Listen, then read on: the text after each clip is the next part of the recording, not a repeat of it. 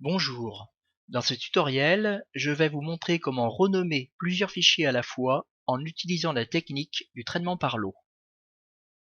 J'ai pris plusieurs photos de mon chat Gribouille dans le jardin, plus d'une quarantaine en tout. Ces images apparaissent ici à gauche de l'écran sur la carte mémoire de l'appareil photo. Vous l'avez sûrement remarqué, les photos qui sortent de l'appareil portent toujours un nom compliqué. Ici, DSC 00087 pour la première, DSC 00088 pour la seconde, et ainsi de suite. Le but, c'est de donner un nom commun à toutes les images de cette série. Par exemple, Gribouille au jardin. Un chiffre à la fin du nom du fichier permettra de différencier chaque image.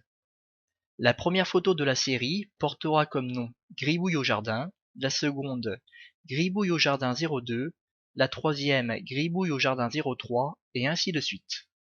Évidemment, il est toujours possible de renommer chaque image à tour de rôle. Mais quand la série comporte des dizaines ou des centaines de photos, la perte de temps est énorme. C'est là qu'intervient le traitement par l'eau. Cette technique va grandement me faciliter la tâche. Avant de commencer, je vous conseille de copier les images sur votre ordinateur. Ici, j'ai créé sur le bureau un dossier Gribouille au jardin.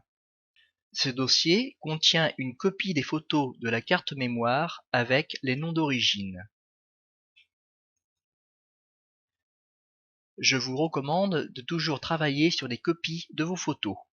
En informatique, on n'est jamais à l'abri d'un incident technique ou d'une fausse manipulation. Pour faire du traitement par l'eau, il faut utiliser un logiciel spécifique.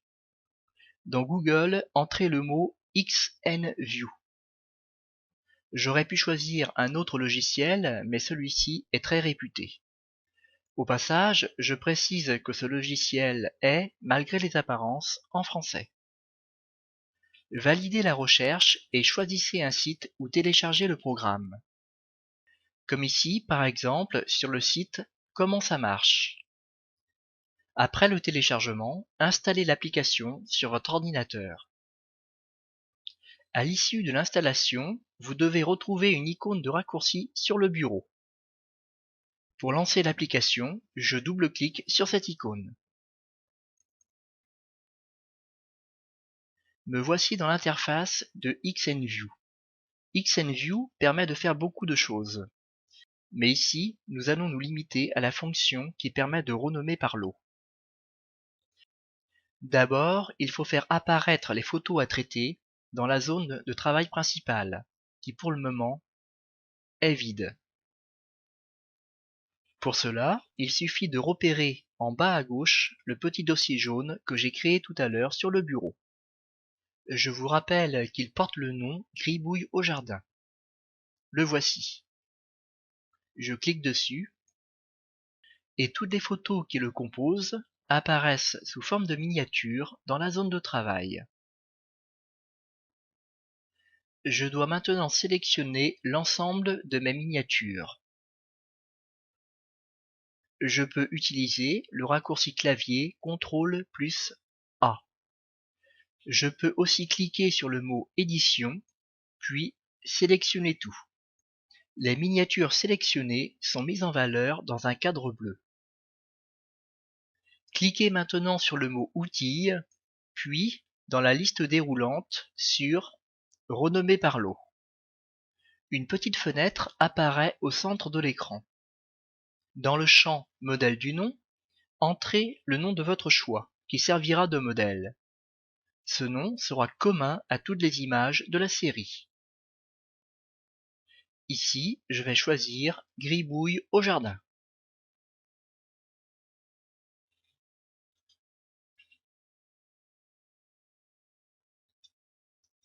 Un peu plus bas, vous avez un aperçu du résultat final. Les images du groupe vont se différencier par un chiffre précédé d'un tiret bas. Pour lancer l'opération, cliquez simplement sur le bouton Renommer. Le traitement est quasiment instantané. Fermons XNView et retournons sur le bureau. Si j'ouvre le dossier Gribouille au jardin, Je constate que l'ensemble de mes images a bien été renommé selon les critères définis.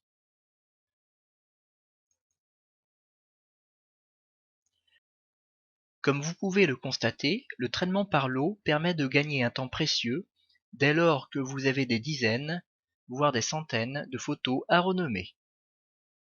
Voilà, ce tutoriel est terminé. Je vous remercie de votre attention et à bientôt.